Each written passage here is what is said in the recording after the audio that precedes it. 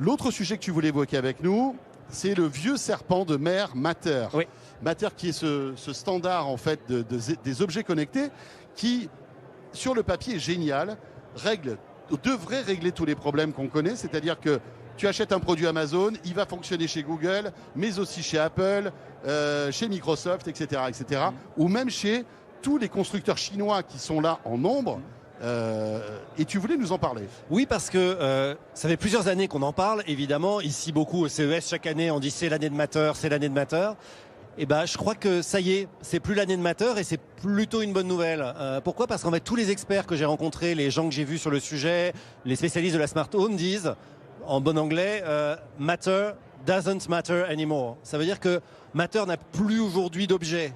Qu'est-ce que ça veut dire ? Ça veut dire qu'en fait, c'est tellement intégré partout, c'est tellement devenu un standard que ça y est, on n'a plus besoin d'en parler parce que tout le monde est compatible avec Matter. Et donc, on a enfin atteint peut-être ce graal de la smart home, qui est qu'on n'a plus besoin de se demander si les devices vont être compatibles avec les autres devices qu'on a dans la maison. Bah ça y est, c'est cette année, en 2026 au CES, on y est arrivé.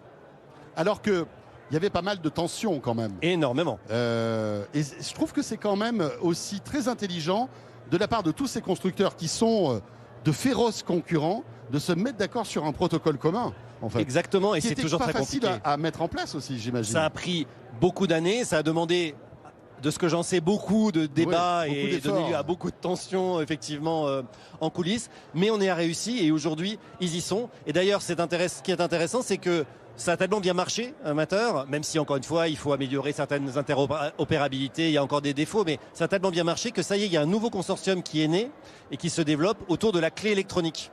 Aujourd'hui, les serrures électroniques, tous ces outils-là, on revient un peu au problème d'avant Matter, c'est que il faut avoir le bon téléphone, il faut que ce soit compatible avec tel outil Apple ou tel outil Android, etc.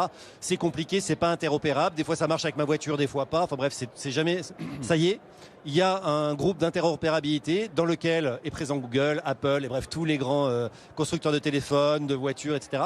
Et qui va enfin permettre d'avoir des clés universelles sur son téléphone pour ouvrir sa maison, pour ouvrir sa voiture, etc. Sur le principe de Matter. Donc voilà, on progresse pas mal quand même dans ce domaine-là, même si c'est toujours un peu lent.